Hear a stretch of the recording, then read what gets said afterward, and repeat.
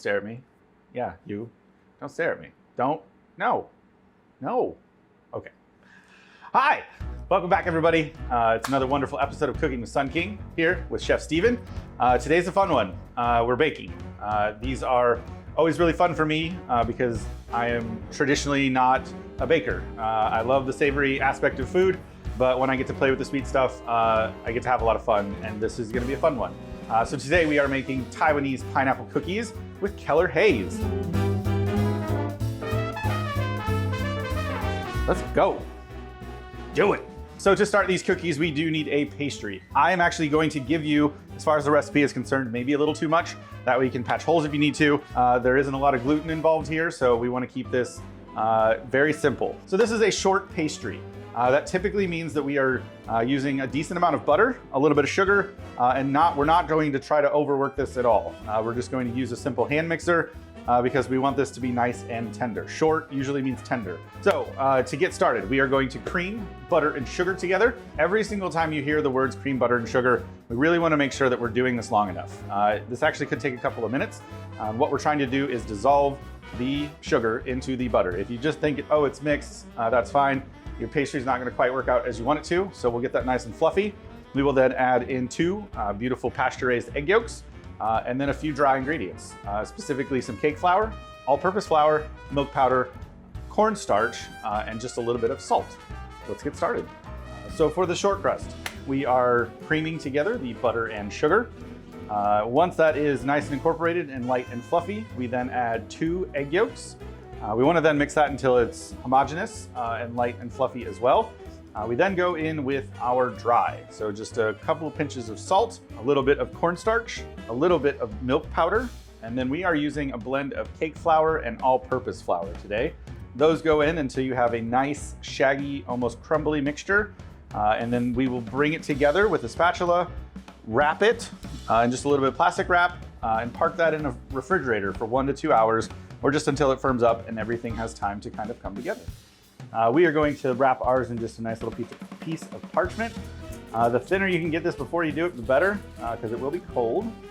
Of course, we already had one ready to go, so we'll pull that out and let it come up to room temperature for just about 30 minutes or so. So while the pastry is cooling, we need to make our pineapple filling. This will take about an hour to an hour and 20 minutes. 1 whole pineapple that I've pureed in a food processor. I'm going to add about 4 ounces of our Keller Haze.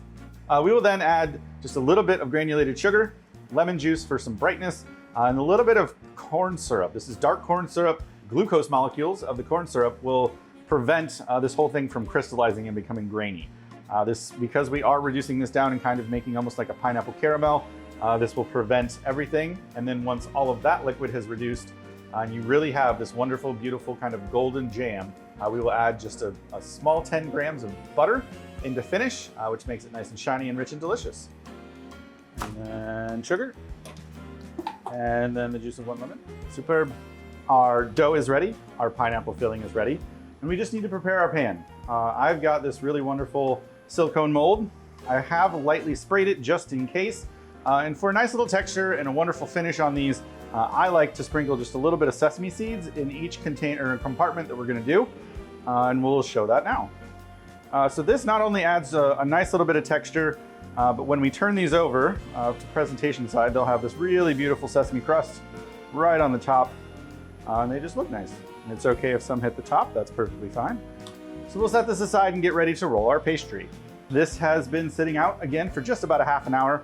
We are going to use a little bit of cake flour to kind of aid us in rolling this out. My little portion of dough here, we're gonna break into 6 pieces, roll out individually, and then we will fill them and press them into our pans. And we're looking for a nice rectangle similar to the size of our pan.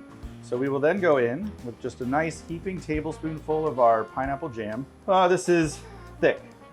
This is exactly the texture that we want, kind of like a super fancy Fig Newton. So we will then fold our sides over. Beautiful. We will tuck the edges in. We'll do this a few more times so you guys can see it, but then we have our prepared pan. The cool thing about using a mold is that you'll get the exact shape that you want. This cookie will bake nice and perfect in there. So we bake those at 325 degrees for about 8 to 10 minutes.